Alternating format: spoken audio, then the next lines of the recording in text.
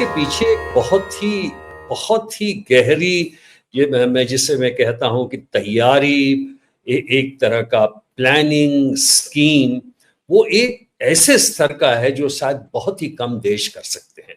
वहाँ के एक बहुत जाने माने जर्नलिस्ट हैं इजराइल के, यासी यूलमैन, जिन्होंने जिन्होंने ये बताया है, और जो कि डिफेंस एक्सपर्ट भी हैं, उन्होंने ये बताया है कि इसके पहले इतनी तैयारी पिछले 2-3 साल से की गई है इस ऑपरेशन की। और इस ऑपरेशन में टेकिंट का भी है कंट्रीब्यूशन, और ह्यूमिंट का भी है। टेकिंट में एक गजब स्तर का कॉम्बिनेशन है। जैसे कि मैं एक के बाद एक बताना चाहूंगा कि सबसे पहले जो एसेट्स वहां पे तैयार किए गए हैं, देखिए, ईरान में एक एथनिक डिवीजन भी है। ईरान में जो रिजीम के खिलाफ भी कुछ ऐसे लोग हैं, उनको कल्टीवेट करना, जैसे रवि वो अरब्स हैं, कुर्द्स हैं, बालूचीज हैं जो स्मगलिंग करते हैं इस बॉर्डर में, सबसे इजराइल का कांटेक्ट रहा है। ह्यूमिंट एसेट्स ऐसे बनाना पिछले 2 साल में, जो कि रिजीम से असंतुष्ट हैं, वो चाहे गरीब हैं, चाहे असंतुष्ट हैं, चाहे किसी भी कारणों से इजराइल को मदद करने के लिए तैयार हैं। लेकिन सिर्फ मदद करने की बात नहीं है आशुतोष, इस स्तर पे मदद करने की है कि वो लड़ाई में अपनी जान भी जोखिम में डाल सकते हैं। तो सबसे बड़ी जो जो मैं समझता हूं इनकी सफलता ये है कि एक एनिमी देश में जाकर ऐसे एसेट्स तैयार करना जो कि आपके ऑपरेशन के समय आपको मदद करें उसी एनिमी देश के अंदर से, ये एक बहुत बड़ी उपलब्धि है। दूसरा है टेकिंट। इस टेकिंट में अमेरिका की भी बहुत सहायता मिली है उन्हें।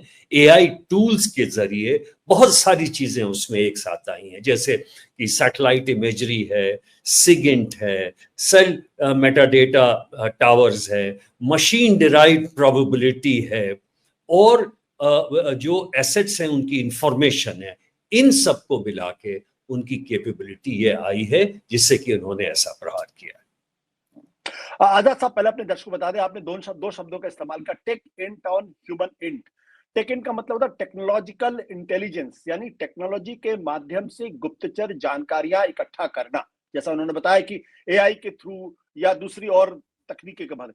ह्यूमन इंटेंट, ह्यूमन टेंक का मतलब, इंट का मतलब होता है ह्यूमन, यानी आदमियों के जरिए, मनुष्यों के जरिए, मानवियों के जरिए, यानी जब वो कहते हैं कि एसेट्स तैयार करते हैं, तो इजराइल की जो संस्था है मुसाद, उसने ईरान के अंदर जाके तमाम ऐसे लोगों को तैयार किया है जो लगातार उनको बहुत ही सेंसिटिव जानकारियां देते रहे। भारत में भी इस तरीके की बहुत सारी जानकारी हमारे पास आती है कि जब कैसे आईएसआई का एक स्पाई पकड़ा गया, एक चोर या एक गुप्तचर पकड़ा गया, जो दरअसल था तो हिंदुस्तानी लेकिन वो पाकिस्तान के लिए काम कर रहा था। उसी तरीके से इजराइल ने ह्यूमन, जिसे कहते हैं ना इंट, ह्यूमन इंट माने मानवीय इंटेलिजेंस, यानी मानवीय स्पाई एक तरीके से। ये दो शब्दों का एक्सप्लेन करना जरूरी था क्योंकि आपने उसको अपनी तौर से बताया था। अब मेरा सवाल इस बात को लेकर ये कि आपके पास टेक्नोलॉजिकल इंटेलिजेंस भी है और आपके पास ह्यूमन इंटेलिजेंस भी है, लेकिन उसके बावजूद भी आप किसी जनरल को इतना पिन पॉइंट तरीके से कैसे उसको एनाहिलेट कर सकते हैं या उनको एलिमिनेट कर सकते हैं, जब तक कि उस सेना के बहुत टॉप में आपकी पहुंच ना हो और उसकी एग्जैक्ट जानकारी आपके पास ना हो? हाँ, इसके बारे में आशुतोष मुझे थोड़ा सा ऑपरेशंस के बारे में बताना पड़ेगा कि किस तरह से ये ऑपरेशंस डायरेक्ट किया गया। देखिए, फलाने किसी भी दिनांक को जब ये डिसाइड किया कि इजराइल आज चढ़ाई करेंगे ईरान पे, तो इनके जो एसेट्स थे वो पहले से तैयार थे। इसके पहले मैं ये भी बताना चाहूंगा कि 2 साल पहले से कोई फ्रंट कंपनी बनाई गई, या वो भी इन्हीं असंतुष्टों द्वारा एक फ्रंट कंपनी बना के पार्ट्स खरीदे गए, और ड्रोन के जो पार्ट्स हैं या जितने टेक्नोलॉजी के पार्ट्स हैं वो कंटेनर्स में, बॉक्सेस में और ट्रक्स में वहां पे आए।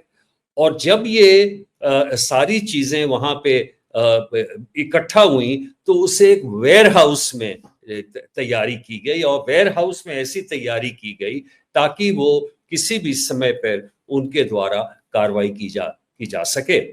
अब उसके बाद ये हुआ कि जिस दिन ये डिसाइड किया गया कि अटैक होगा, तो वहाँ के जो जितने ये मोसाद के एजेंट्स थे, उन्होंने वहीं पे उन्हीं घरों से ड्रोन की फायरिंग की, ड्रोन को ऊपर भेजा और एरियल डिफेंस सिस्टम को नष्ट किया, और उन साइट्स पे भी जो उनके मिसाइल साइट्स हैं उनको भी अटैक किया, और उसके तत्काल बाद इजराइल की जो जेट्स हैं उन्होंने एयर डिफेंस पे कब्जा किया।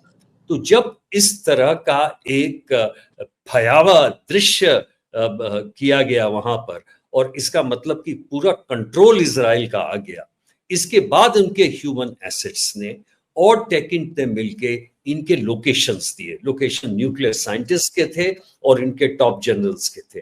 कैसे इनकी जानकारी मिली, इसके लिए भी एक facial recognition system, biometric system, AI driven tools, satellite imagery, cell का मेटा डेटा, इन सारे इंटेलिजेंस का फ्यूजन करके। और एक चीज और, जब आपने देखा होगा जबकि अमेरिकी अफगानिस्तान में ड्रोन और इनको लेके हवाई हमले करते थे और मारते थे, यहाँ पे वो संभव नहीं था। आप देखिए जहां हमास की बात हो रही है वो तो इजराइल के बगल में, लेकिन ईरान और इजराइल की जो दूरी है वो 2000 किलोमीटर से ज्यादा है। तो इसलिए ये संभव नहीं था कि वहां जाके वो उनके मूवमेंट पे, जब वो मूव कर रहे हैं तब उनको मारा जाए, असैसिनेट किया जाए। तो इसके लिए इस फ्यूजन ऑफ टेक्नोलॉजी की जरूरत थी कि वो कब ऑफिस से यहाँ जाते हैं, कब वहां से बाहर जाते हैं, समय का मैपिंग, बायोमेट्रिक, फेशियल रिकॉग्निशन, और मशीन से डिराइव करते हैं कि हाँ इस समय वो 5:45 पर इस समय रहेंगे। इनको इकट्ठा करके उन्हें टारगेट किया गया, उनके घर की लोकेशन ली गई उनके ह्यूमन एसेट से, और इसको लेकर सारे इंटेलिजेंस को मिला के ही जब फ्यूजन हुआ, जब फोकस हुआ, तब उन्होंने इनको मार गिराया। और ये तरीका था उनको हिट करने का।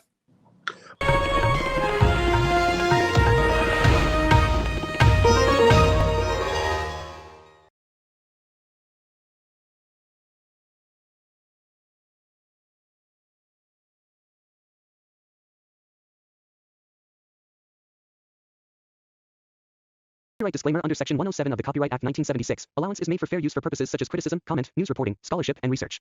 Fair use is a use permitted by copyright statute that might otherwise be infringing.